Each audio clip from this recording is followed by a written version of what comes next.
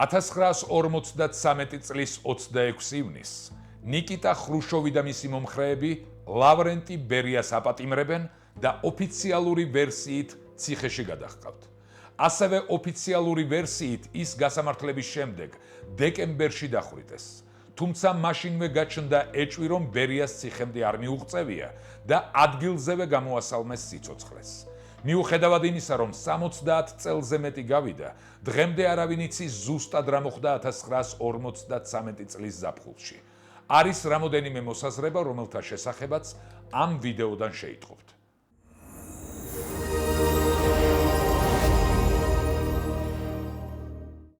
ლავრენტი ბერია დაიბადა 1899 წლის 29 მარტს ქუთაისის გუბერნიაში, სოხუმის ოკრუგის სოფელ მერხეულში, მართა ჯაყელის და პავლე ბერიას ოჯახში. მართა იყო ღრმად მორწმუნე და ეკლესიური ადამიანი. ცდილობდა შვილები ეკლესიურად აღეზარდა. თავად დიდ დროს ატარებდა ეკლესიაში და იქვე გარდაიცვალა. იგი იყო გურიის რეგიონიდან, კეთილშობილური ქართული ოჯახიდან და პავლე ბერიაზე დაქორწინებამდე ის იმყოფებოდა ქორწინებაში. მისი პირველი ქმარი იყო სოფელ ჯვალში მცხოვრები დიმიტრი კვარაცხელია. სოფლის მღვდლის პეტრე კვარაცხელიას ძმა. დიმიტრი ადრე გარდაიცვალა და მართას მისგან დარჩა ორი შვილი, თამარი და კაპიტონი. დაქვრივებული ქალი გათხოვდა პავლე ბერიაზე, რომელიც ჯგალში სამუშაოდ ჩადიოდა ხოლმე. პავლემ მართა თავის შვილებთან ერთად სოფელ მერხეულში წაიყვანა, სადაც საბოლოოდ დასახლდნენ კიდეც. მართას აქ შეეძინა ლავრენტი და ანეტა. განათლება ლავრენტი ბერიამ მიიღო ჯერ სოხუმის ტექნიკუმში, შემდეგ სწავლა განაგრძო ბაქოს საშუალო მექანიკურ სამშენებლო სასწავლებელში, რომელიც 1919 წელს დაამთავრა და ბაქოს პოლიტექნიკურ ინსტიტუტში ჩაირიცხა, რომელიც არ დაუსრულებია. 1917 წლის მარტში ლავრენტი ბერია რუსეთის სოციალ-დემოკრატიულ მუშათა პარტიის ბოლშევიკების რიგებში შევიდა. 1917 წლის ივნისიდან დეკემბრამდე რუსეთის კავკასიის არმიაში ტექნიკოს პრაქტიკანტად მუშაობდა. 1918-20 წლებში ლავრენტი ბერია მსახურობდა ბაქოში სხვადასხვა თანამდებობებზე. საბჭოთა მე-11 წითელი არმიის მხარდაჭერით 1920 წელს იგი არალეგალურად გამოაგზავნეს საქართველოში, სადაც საქართველოს დემოკრატიული რესპუბლიკის ხელისუფლებამ დააპატიმრა, თუმცა რუსეთ-საქართველოს ხელშეკრულების საფუძველზე გაათავისუფლეს და გადაასახლეს აზერბაიჯანში.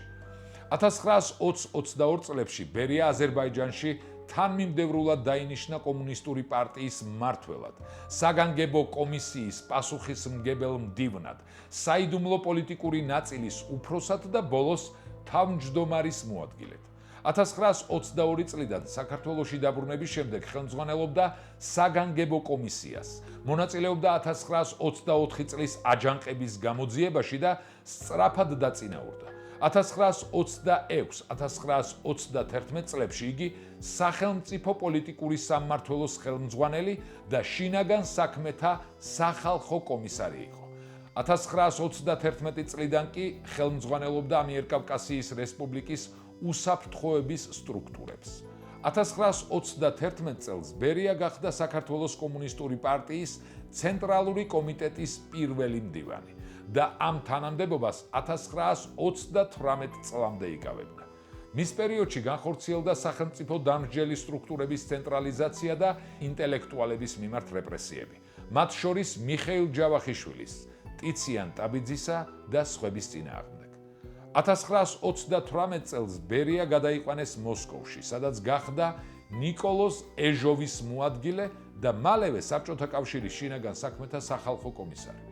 მისი ძალაუფლება გაიზარდა ომის წლებში, განსაკუთრებით 1941 წლის შემდეგ, როცა ასევე გახდა სახალხო კომისართა საბჭოს თავმჯდომარის მოადგილე. ის ხელმძღვანელობდა სამხედრო მრეწველობის, შემდეგ კი ატომური ბომბის პროექტს. 1949 წელს მიიღო სტალინის პრემია. ომის შემდეგ ბერიამ მალენკოვთან ერთად გავლენა გაზარდა. მოახდინა მოწინააღმდეგეების ჟდანოვის ჯგუფის გაწმენდა, მაგრამ თანდათან დაკარგა პოზიციები უსაფრთხოების სისტემაში. ამ პერიოდში დაიწყო ებრაელი ექიმების და ებრაელი კომიტეტების დევნა. 1953 წლის 5 მარტს გარდაიცვალა იოსებ სტალინი. მაშინ სტალინი უკვე 74 წლის იყო. ავადმყოფობდა, მაგრამ მაინც გაჩნდა ეჭვი, რომ ის ბერიამ მოკლა. სწორედ სტალინის სიკვდილმა შეაჩერა ეგრეთ წოდებული მეგრელთა საქმე, რომელსაც ადრე თუ გვიან ლავრენტი ბერიაც შეეწირებოდა. 1951 წელს სტალინის ხელდასმით საქართველოში მაღალ თანამდებობებზე მყოფი მეგრელების მასობრივი დაპატიმრება დაიწყეს. ტოტალიტარულ რეჟიმს ახასიათებს ის, რომ გარკვეული მოვლენების შემდეგ მუდამ კითხვები ჩნდება. სტალინი ყოველთვის ცდილობდა ხელქვეითები ეკონტროლებინა. შესაბამისად, როდესაც ბერიას გავლენა გაიზარდა, მეგრელების საქმე წამოიწყეს. მკვლევარები ამბობენ, რომ მან ამით ბერიას დაუწესა საზღვრები. როდესაც სტალინი გარდაიცვალა, რა თქმა უნდა, გაჩნდა ეჭვი, რომლის დადასტურება ან უარყოფა ახლა ძალიან ძნელია. მაშინ 53 წლის ლავრენტი ბერიას საბჭოთა კავშირის შინაგან საქმეთა მინისტრის თანამდებობა ეკავა. ის იყო ადამიანი, რომლისაც სტალინის შემდეგ ყველაზე მეტად ეშინოდათ. მის კისერზეა მასობრივი რეპრესიები, ბრძოლა საქართველოს დამოუკიდებლობის წინააღმდეგ, ქართველი ინტელიგენციის განადგურება, გადასახლებები და ყველაფერი ის, რასაც კომუნისტური მანქანა განსაკუთრებული სისასტიკით აკეთებდა. ლავრენტი ბერიას გავლენა ძალიან დიდი იყო, თუმცა მოგვიანებით მისმა შვილმა გაიხსენა, რომ ოჯახი უბედურების მოახლოებას გრძნობდა. ლავრენტი ბერიას ვაჟი მოგვითხრობს, ეს არის დოკუმენტური პროზა, უფრო სწორად ვრცელი ინტერვიუ, რომელიც მწერალმა რაულ ჩალიჩავამ ბერიას ვაჟთან, სერგო გეგეჭკორთან ჩაწერა. წიგნი პირველად 1992 წელს გამოიცა. მოკლა თუ არა სტალინი ბერია? ამ კითხვაზე მისი შვილი ასე პასუხობს. ყველას აქვს უფლება გამოთქვა საკუთარი აზრი, შექმნა საკუთარი ვერსია. მე არ მინდა მათ ვეკამათო, რადგან გამაბათილებელი საბუთები არ გამაჩნია. მე შემიძლია ხსოვნაში აღვიდგინო ჩემი მშობლების საუბარი სტალინის გარდაცვალების დღეს.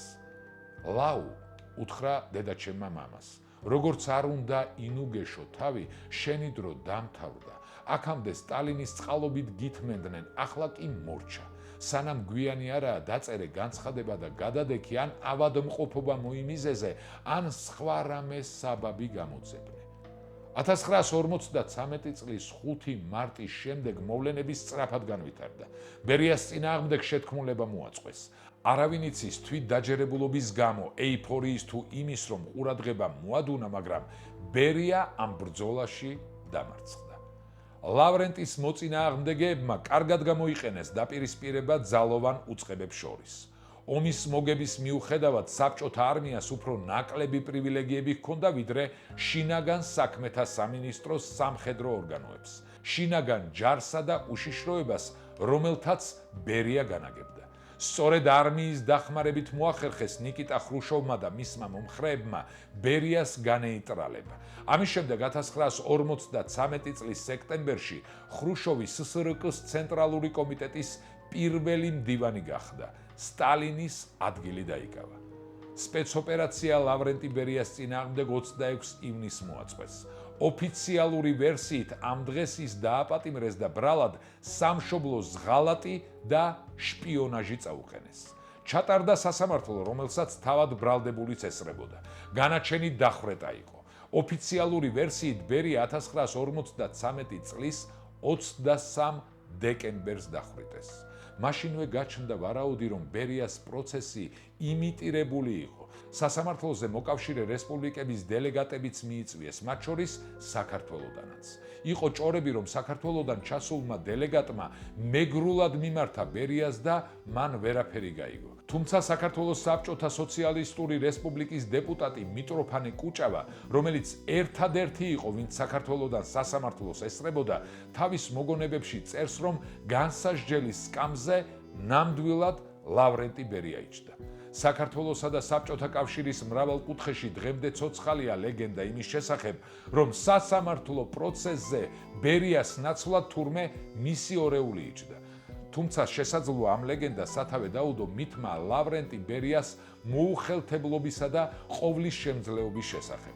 რასაც ხალხში წლების მანძილზე ნერგავდნენ საბჭოთა მასობრივი ინფორმაციის საშუალებანი, ლიტერატურისა და ხელოვნების ნაწარმოებები.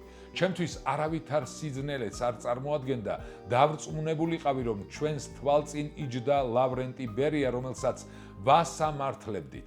რაკიმე ბერიამ მრავალჯერ პირადად ახლოს მყავდა ნანახი და მქონდა კიდევაც მასთან შეხვედრები.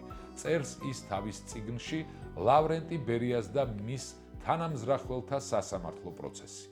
ლავრენტი ბერიას ვაჟი სერგო გეგეჭკორი კი დარწმუნებული იყო, რომ სასამართლოზე დასვეს ადამიანი, რომელიც ბერიას ჰგავდა. სინამდვილეში კი მამამისი 1953 წლის 26 ივნისს მოკლეს. მაშინ სერგო 28 წლის იყო. ჯერაც მამის გვარზე მყოფს ცოლად მაქსიმ გორკის შვილიშვილი ჰყავდა და მესამე ბავშვს ელოდებოდა. სარაკეტო სისტემების ახალგაზრდა კონსტრუქტორისთვის საბჭოთა ელიტაში ყველა კარი ღია იყო. 26 ივნისს სერგო კრემლში სახალხო კომისარ ბორის ვანიკოვთან მივიდა. მასთან ერთად ბირთვულ იარაღზე მუშაობდა. უეცრად საბჭოთა კავშირის ორგზის გმირმა ფრინავმა სულთან ამედხანმა დაურეკა და უთხრა: თქვენი სახლი ალყაშია მოქცეული, მამაშენი ალბათ მოკლეს. მანქანა გამოგიგზავნე, აეროდრომამდე მიდი და სანამ გვიანი არ არის სადმე გადაგაფრენო. სერგომ რეკვა დაიწყო. ყურმილს არც მამის სამდივნოში იღებდნენ, არც სახლში, არც აგარაკზე. ბოლოს ვანიკოვმა პირდაპირ ხრუშოვს დაურეკა. იმან არაფერი მომხდარა, რა სიგონებთო. მანქანაში ჩასხდნენ და ბერიას ბინისკენ წავიდნენ. რაიონი მართლაც სამხედროებით იყო გარშემორტყმული და სანამ ვანიკოვი ისევ არ დაუკავშირდა ხრუშოვს, ეზოში არ შეგვიშვეს. ეჭვი არ იყო ამ ვაკხანალიას სწორედ ხრუშოვი ხელმძღვანელობდა. მამაჩემის ოთახის კედელი მსხვილკალიბრიანი ტყვიამრქვევით დაეცხრილათ. ფანჯრები ჩაელეწათ, კარი შეემტვრიათ. სანამ ამ სანახაობა შეძრწუნებული შევყურებდი, სახლის ერთ-ერთმა მცველმა მოირბინა და მიჩურჩულა: სერგო, ეს არის შენობიდან ბრეზენტ გადაფარებული საკაცით ვიღაცა გამოიტანეს. მცველს სასწრაფოდ დაუძახეს და მე ვერ მოვასწარი, მეკითხა: სროლის დროს მამა შინ იყო თუ არა. ამის შემდეგ აპატიმრებენ სერგოსაც და ლავრენტი ბერიას ცოლს ნინო გეგეჭკორსაც. 1955 წელს, როდესაც ისინი ციხიდან გამოვიდნენ, მთელი წელი ეძებდნენ ბებიებს, რომლებიც ბინებიდან გამოესახლებინათ. ბოლოს გორთან მოხუცთა თავშესაფარში მიაგნეს. ციხეში გატარებული დროიდან სერგოს ყველაზე მტკივნეულად დახვრეტის იმიტირება ახსენდებოდა. ციხის ეზოში სეირნობისას კედელთან მიიყვანეს, თოფები დაუმიზნეს და განაჩენი წაუკითხეს. ამ სცენას აყურებინებდნენ დედამისაც, რომელმაც ვერ გაუძლო და გული წაუვიდა. მეორე დღეს, მაშინ 30 წლისაც არ ვიყავი, წყალში ჩემი ანარეკლი დავინახე და გავფითრდი. ნახშირივით შავი ქოჩორი ერთთავად გამჭაღარავებოდა. იხსენებდა სერგო ბერია. ბერიას სიკვდილის შემდეგ საბჭოთა კავშირში მისი ხსენებაც კი აიკრძალა. ლავრენტი ბერიას სახელი ამოიღეს წიგნებიდან, ენციკლოპედიებიდან, ჩამოხსნეს მისი სურათები, მისი სახელობის ქუჩებს თუ ინსტიტუტებს სახელები შეუცვალეს. მაშინ გადაიკეთა გვარი მისმა შვილმაც და გეგეჭკორი გახდა. ლავრენტი ბერიას საფლავის ადგილმდებარეობა ცნობილი დღემდე არ არის. მისი ცოლი ნინო გეგეჭკორი 1991 წელს გარდაიცვალა. შვილი სერგო 2000 წელს. კიევში მის კოლუმბარიუმს რუსულად სერგო გეგეჭკორი აწერია, ქართულად კი სერგო ბერია. დაგვიწერეთ თქვენი აზრი ლავრენტი ბერიას შესახებ, გამოიწერეთ კარდუს გვერდები, მოიწონეთ ეს ვიდეო და გაუზიარეთ რაც შეიძლება ბევრს, რათა ყველამ გაიგოს ამბები საქართველოზე.